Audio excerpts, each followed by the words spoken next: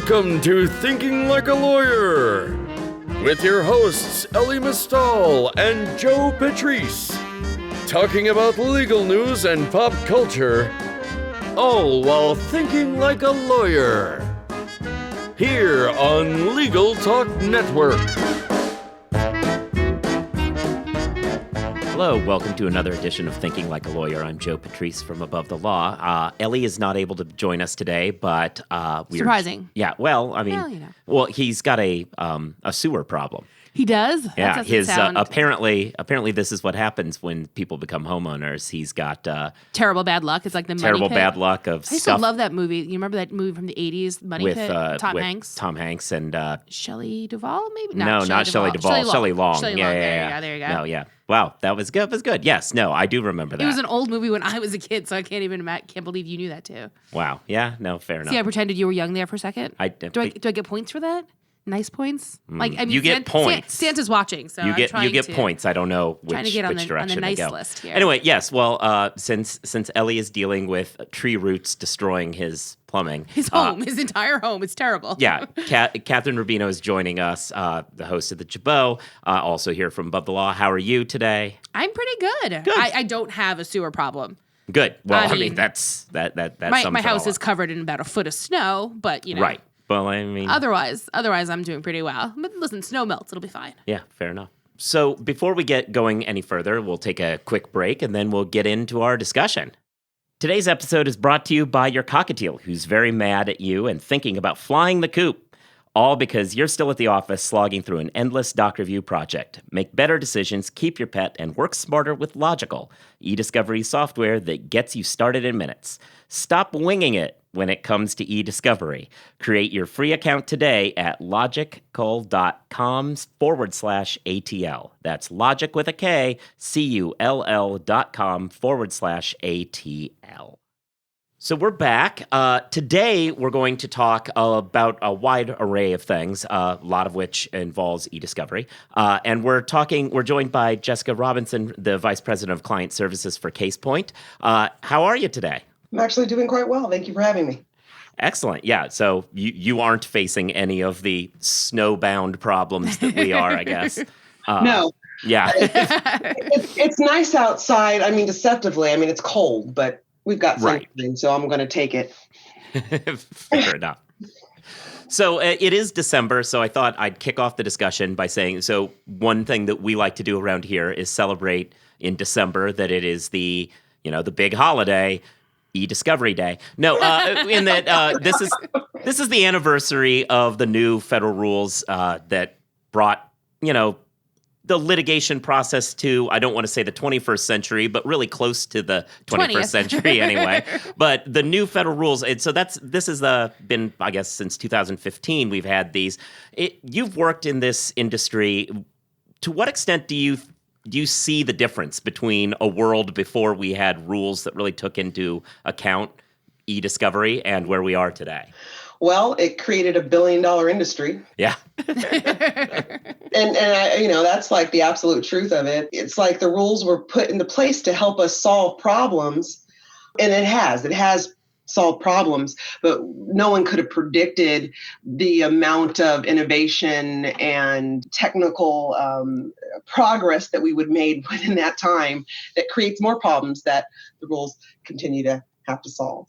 Now, you come to this with both a business background and a legal background. What ways has that changed the way in which you look at this problem, at solving this eDiscovery problem? Yes, actually. And in fact, it not only, it's governed my entire career, actually. And in that governance of that entire career, I became very good because I applied business principles way early on. We're talking in 2002, 2003. To what is now eDiscovery, and back then just pure litigation support, problem solving issues, and and I basically put them into an operations framework, if you will, which allowed me to actually be very good at it. I wrap project management around these things from a project perspective. That allowed us to chase down and solve problems, and then make those things repeatable. Make ththose solves repeatable instead of just putting out fires all the time. And it allowed us to get into a proactive stance instead of being completely reactive all the time. And in doing that, it's like, well, there's an actual thing here. There's an actual career bound here. And I did all those things, and I guess I entered the industry at the exact right time. Yeah. That allowed me to apply that. And then the industry itself was hungry for these type of solutions. So I think that's very interesting. I know you said you started kind of before a lot of the rules of the road were really in place. Can you give us a sense of what those early days of what is now eDiscovery was like? I mean, I always like to tell a story. When I first started as an associate at a firm, we had a certain number of terabytes, and the partner asked me how many boxes that was. so I mean, it wasn't that long ago, but that was the only measurement that this partner in particular understood. So I'm sure you have a million stories like that. Why don't you give us a little sense of what it was like back then? Well, what it was like back then, we were transitioning from the paper to the electronic. So those questions actually made sense back then because there's no other way to translate it. But as data volumes got insane, and as tools came into place to process directly to, because you've got to remember, it actually used to be print to paper, load paper into database. Yeah. That right. So files. Then, right. And then, technology, I think Cricket might be the technology that came along that said, we can just process directly to this scenario. And that's when you start seeing these crazy data volumes. And that question then started to not make sense. And then it started to not make lots of sense because we started getting file types and compression and all these other issues that came with it. And a similar story, I had a partner in those early days, it must have been 2006, 2007, who basically said, yes, print the entire database. And, I tried to explain to him the whole, truck thing. And then I stopped and I said, you know what, that's great. What we're going to do is kind of print the entire database. And then you just tell me where to park the truck. Yeah. And then he's like, oh, I said, I'm serious. Oh, wait. And this is how much it's going to cost.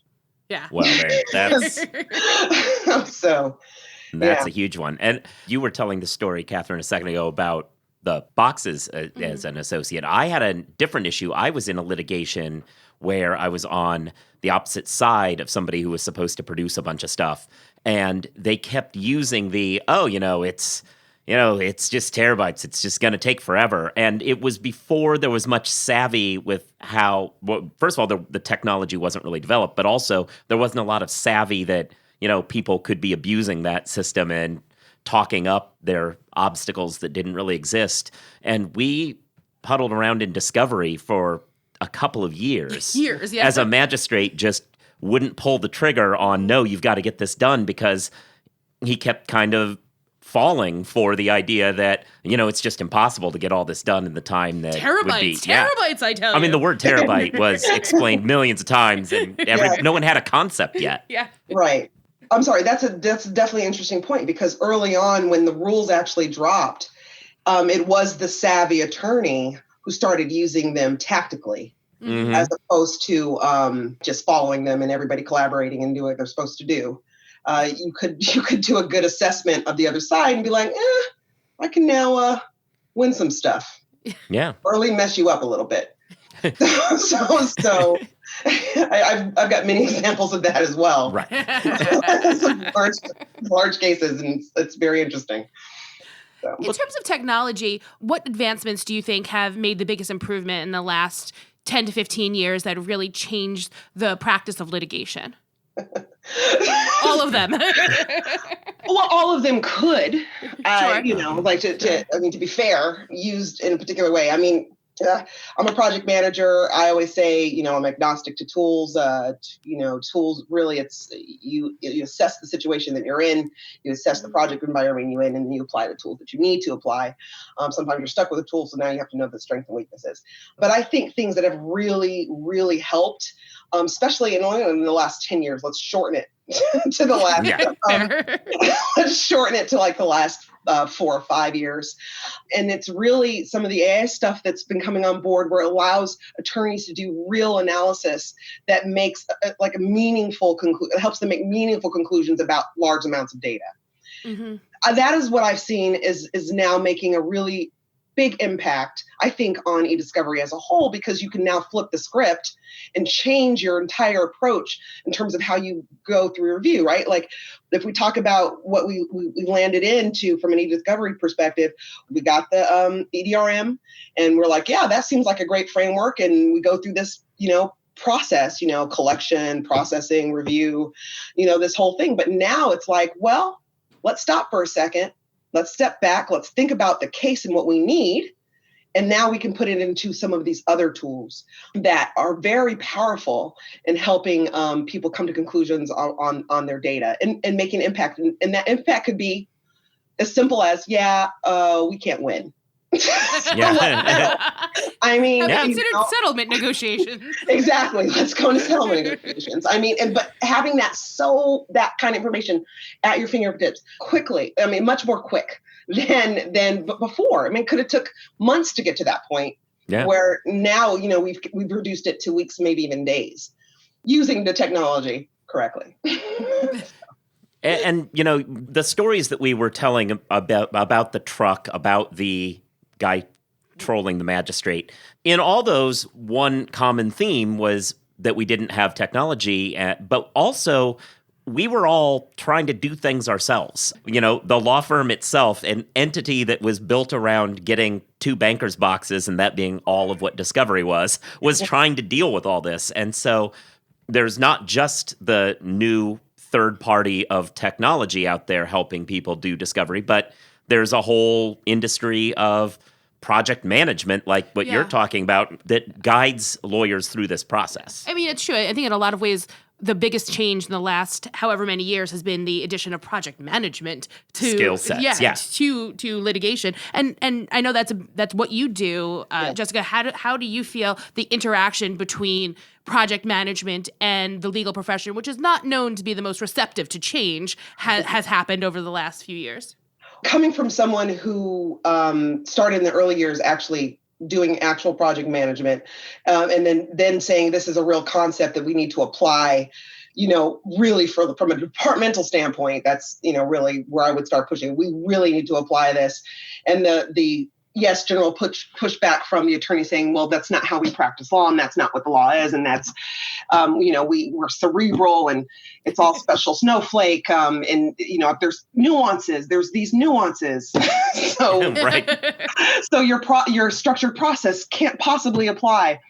For me, there has definitely been a sea change, 100%. Like it's especially with the larger firms that I've worked at, and as now with clients, it's like there is now 100% value add. People are seeing, and there's reasons behind that I believe, and I don't know if those reasons are internally driven, but in some cases they are internally driven because they have external pressures.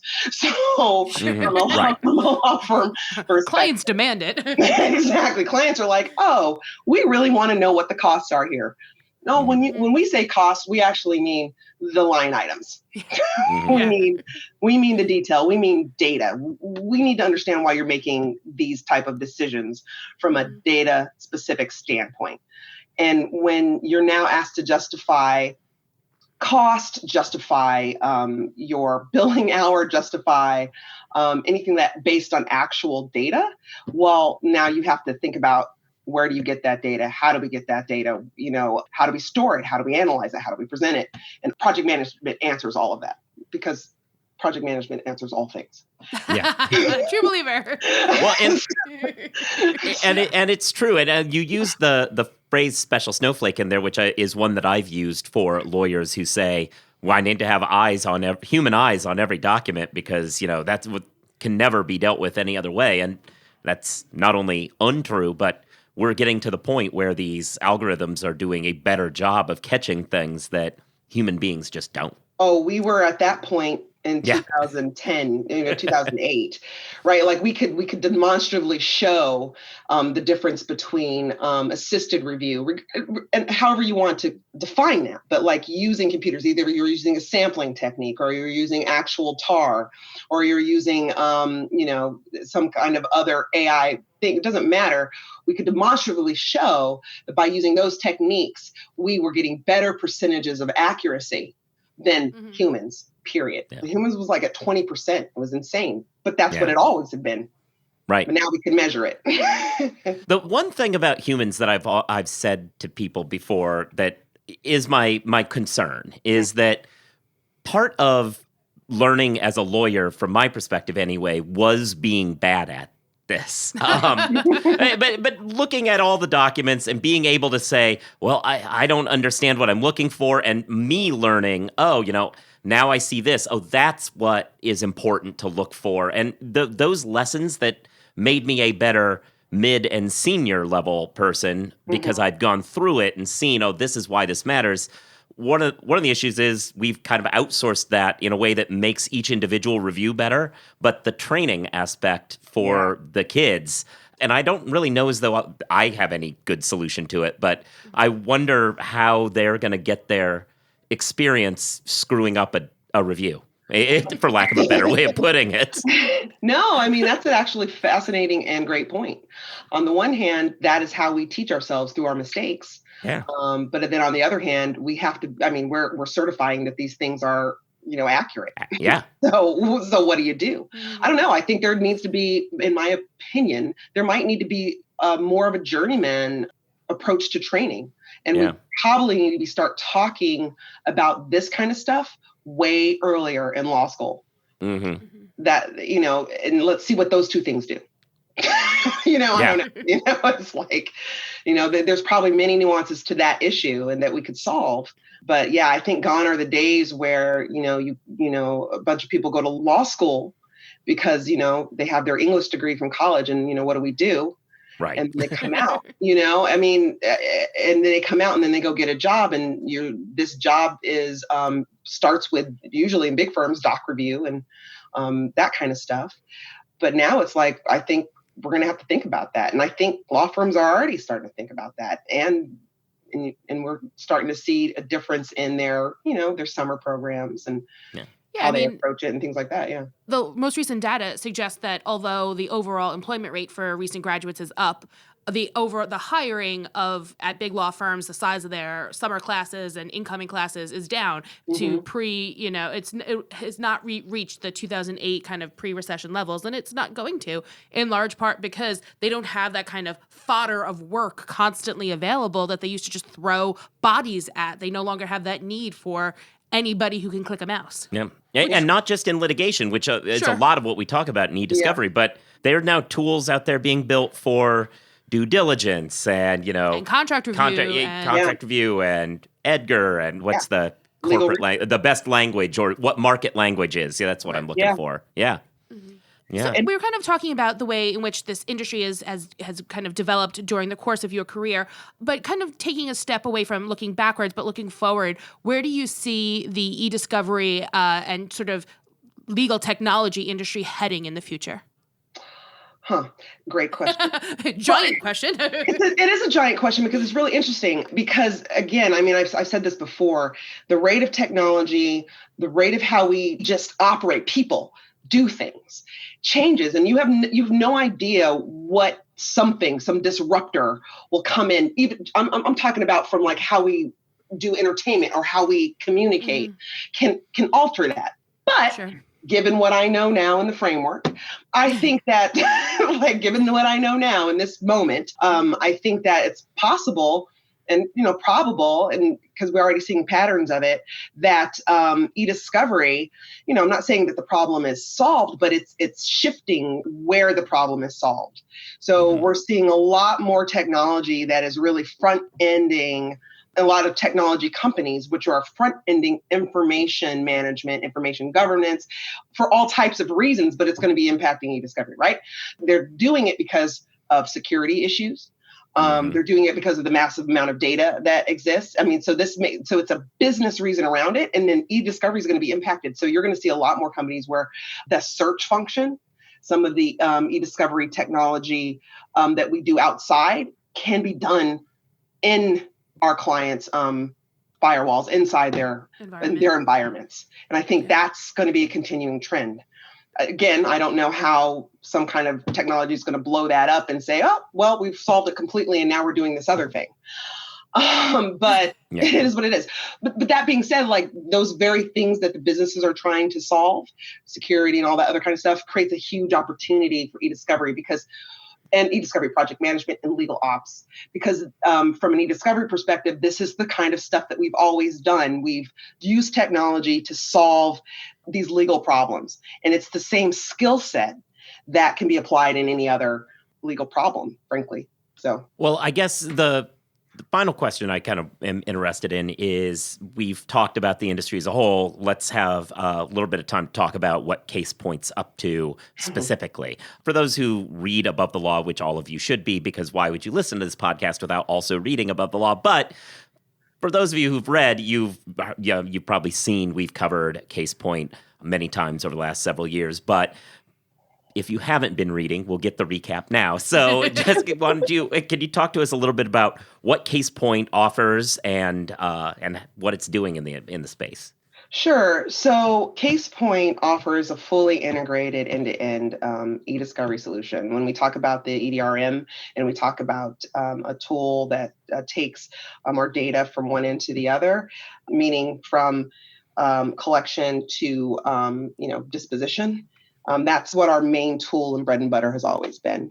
What was unique about our tool when it came out is that it was truly one platform. You didn't have to, and you still don't have to bolt on anything to it. All the technology is contained.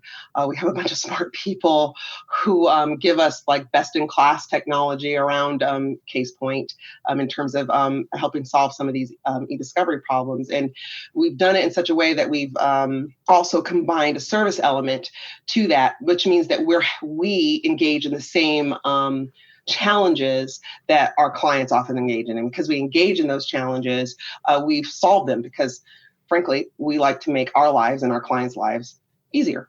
So that's the whole point. So we've gone to a model, or we have an additional model where clients can do in the cloud and clients can take full control of their eDiscovery process. And we've made we've made that very simple for them. And we've also released what we're calling a Casepoint platform, which means that we now have an environment where we can build other types of technology. So our new Casepoint eDiscovery, that model where clients can do all their eDiscovery needs, is an app on that platform. And we can have any number of apps on that platform, like a project management app or an accounting app or things like that. So we are trying to be flexible and nimble wherever the market goes, and make sure that we're offering best-in-class technology and service for our clients. Yeah, I've been following the product for a while, obviously, as I've been writing about tech here for a while. And I'll say the last time I sat down and played with it, the best thing I could say about it was I didn't feel anything new about it. And that's not in that there wasn't new stuff. It's that the user experience was so familiar to me from the times I dealt with it before that I didn't feel like all this new stuff was changing my experience. It was just more additive stuff, which that I think people undersell how useful that is. Yes, I mean, it's really interesting because we pride ourselves on making basic users power users, right? You know, it's not a scenario where you can't use the most advanced technology on your tools because you don't know how to. Casepoint helps you do that, the tool itself.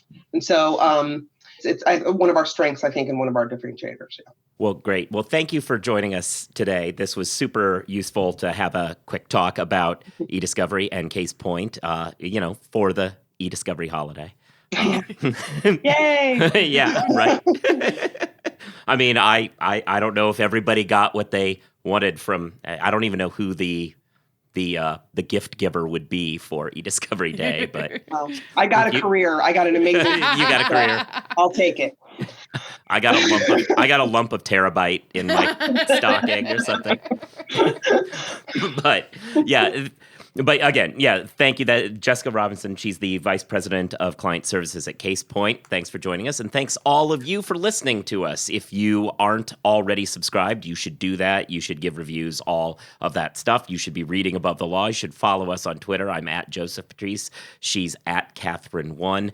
You should be listening to the Legal Talk Network's family of shows. You should listen to Kathryn's show, The Jabot, and you should... I think that's everything. I think I've gone through it all. Follow us extensively in every platform. way. Yeah. We even we made an attempt at Instagram. We'll do better with that. We do. It's hard to get law on pictures, but we'll figure it out. We do a better memeing job, I think, with the legal industry. Yeah. But we're working on it. Yeah. Anyway, all right. Cool. Thanks, and we'll be back soon. Bye. If you'd like more information about what you've heard today, please visit LegalTalkNetwork.com. You can also find us at AboveTheLaw.com, ATLRedline.com, iTunes, RSS, Twitter, and Facebook. The views expressed by the participants of this program are their own and do not represent the views of, nor are they endorsed by, Legal Talk Network, its officers, directors, employees, agents, representatives, shareholders, and subsidiaries. None of the content should be considered legal advice. As always, consult a lawyer.